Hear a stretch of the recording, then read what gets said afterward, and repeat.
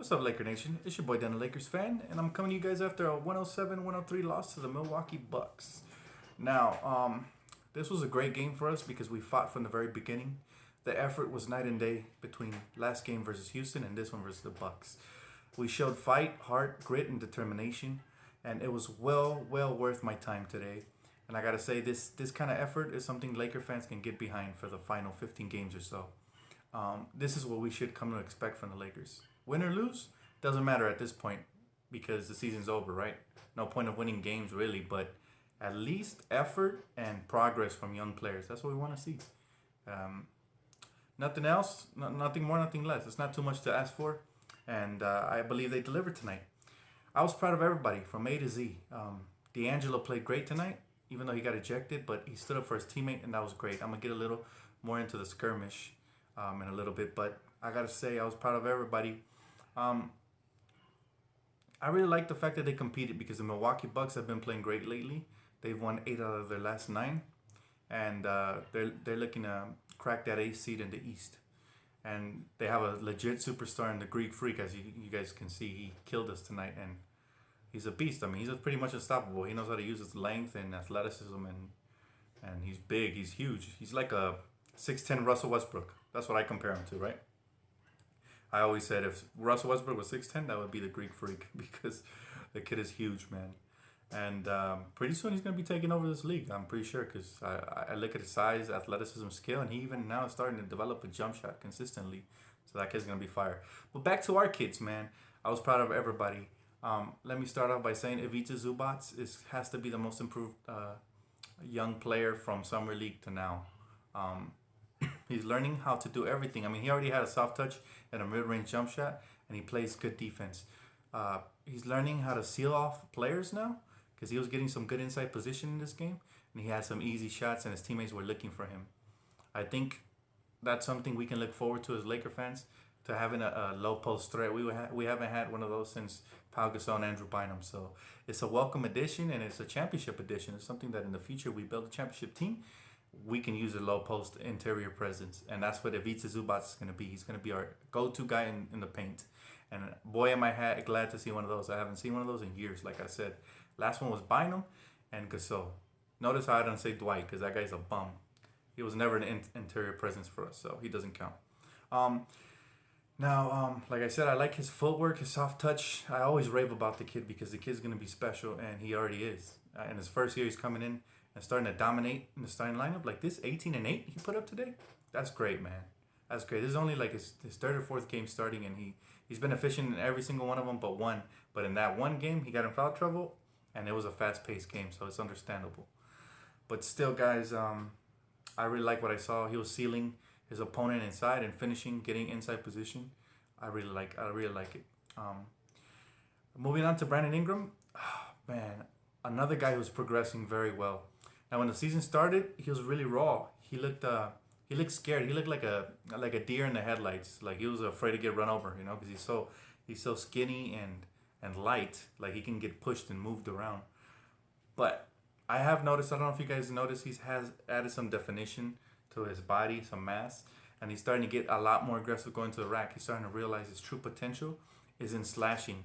And like I said in previous videos, if he ever realizes his jump shot, and if he ever, if it ever comes to fruition that he mixes up his off the dribble game with his pick and pop game and his open jump shots, if he starts hitting consistently, that kid is truly gonna be special. I'm not just saying it as a Laker fan. I'm saying it as a talent evaluator. Like I said, I'm unbiased. Like I've told you guys, I started a second channel because I want to talk about other NBA teams and other college teams and all kinds of different sports. So I just have an overall opinion, and I can truly see the talent in Brandon Ingram. I mean, when Paul George was a rookie, he averaged 7 points a game. So he was raw, just like Ingram. And that's what Ingram is. He's in the first stages. I think you'll see a huge leap from this year to next year. Right now he's averaging like 8 to 9 points a game. I think he'll average at least 14 next year. But maybe even more, who knows? It all depends in the summer and the work he puts in. And from everything I've been hearing, the kid is a hard worker and he puts in the work. So Brandon Ingram, kudos to you. He keeps impressing me month by month. He's improving. His shooting percentage is improving. His slashing ability. I mean, he took that ball baseline and dunked it on the Greek Freak, on Giannis Antetokounmpo. that was special, man, because he's actually a great defender.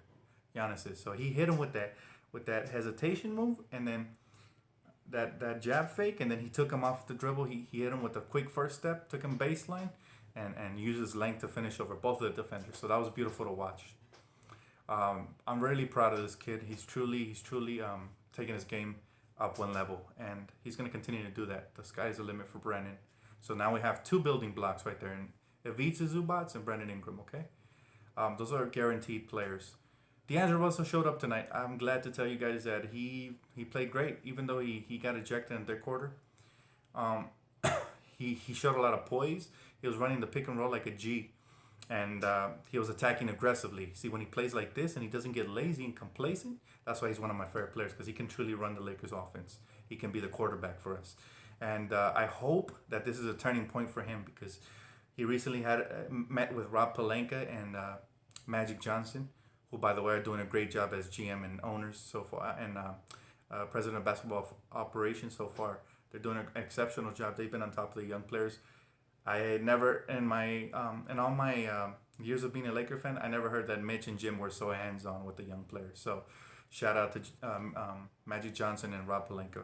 Looks like they truly care about the team, and they're going to help us improve. And tonight, I mean, they talked to the whole team yesterday, so tonight was kind of shows what came from those talks. You know, everybody was aggressive. They put their head down. They competed, and we almost came out with a victory tonight. If we would have hit, that's another thing, guys. We got to start hitting our free throws, because in the future, close games are won by free throws. You know, when we finally become a good team, an elite team, it's gonna depend a lot on our free throws, because the games that come like these, so why we missed 10 free throws tonight? Had we made those 10, we won the game. Not saying I wanted us to win the game, but I'm saying that in the future we're gonna have to hit these free throws. So I hope that guys like Brandon Ingram, D'Angelo, who's a point guard, if he's gonna be a part of our future, he needs to hit his free throws consistently. Julius Randle, I don't know if he's gonna be a part of the future, because let me tell you guys something. He dropped 32 points and he dominated last game against a weaker defensive team in the Houston Rockets. Even though they're better than they used to be defensively, but they're way weaker than the Milwaukee Bucks, who have a lot of length and athleticism at the forward and center positions. I always notice that Julius Randle struggles against lengthy defenders. I mean, he struggles against Kristaps Porzingis. He struggles against Brook Lopez. He struggled against some of the legit 7-foot defenders, and that might be a problem going forward. Also, defensively, he's non-existent against length. I mean, they just shoot it right over him. So, I mean, I'm worried about him as a starting power forward for the future. I kind of like Larry Nance better there, but Larry Nance is also injury prone, so I don't know about him neither. We just need a defender, a power forward that plays hard and gritty, kind of like Thomas Robinson, but somebody with a little bit more skill. But I really like Thomas Robinson. I wouldn't mind starting him at power forward, honestly. Another player that I'm really happy with, and I hope we sign him to like a 2-3 year extension, is David Nwaba. This kid plays elite defense. He's probably the best defender besides Corey Brewer that we have on the team. He always moves his feet, and he's always active on defense. And he showed me something tonight. He showed me that he can be an elite athlete slasher, right?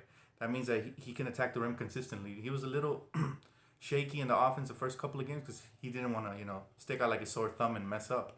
He's trying to make the roster. He's trying to play smart and within the offense.